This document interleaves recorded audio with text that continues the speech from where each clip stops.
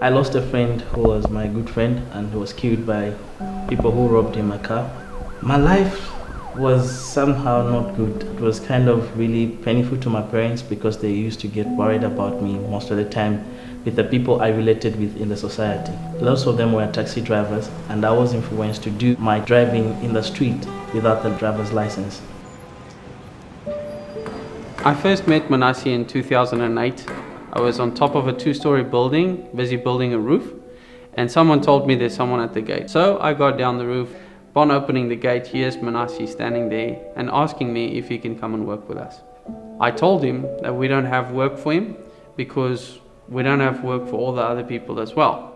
I went back with my father after we had a talk at home, and he really explained things and a lot of things that can happen to me, the dangers about life. And I told him what answer I got from Hannes. From there, I developed the interest of going to work with PDH, looking at a friend of mine who was working with PDH and how he changed his life. Here's Manasseh again, but this time with his father.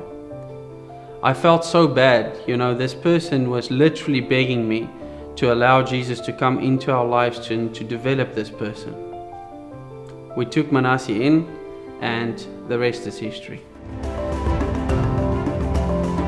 We first of all look at the community and see how we can help them to be sustainable in themselves by building buildings, offices, houses to rent. In that way we secure income for that specific project. Otherwise the sustainability is never really addressed. We first look at the person, we develop the person, whether it is through developing him with a certain skill on the construction site, or we mentor him. We disciple this person. We spend 8 hours a day, 6 days a week with these people. We want to create sustainable missions, sustainable projects that sustains the mission work that's happening in and from Africa. And we do that mainly through construction work. On the ground level with PDH Foundation, we create opportunities to learn professional skills: tiling, electrical, plumbing, bricklaying, engineering work.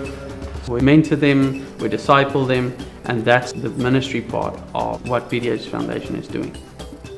PDH tries to look at people holistically, and in doing so, it is a privilege to provide one cooked lunch every day for the workers, and in many cases, that is the only meal they eat for that day.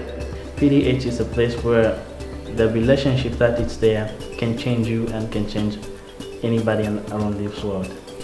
PDH is currently in a very good standing with the government, the local government of Zambia, because of the way PDH is looking at socio-economical problems in our communities, and that's one of the reasons why PDH is giving out bursaries to some of the staff to further their education, to diplomas, even degrees.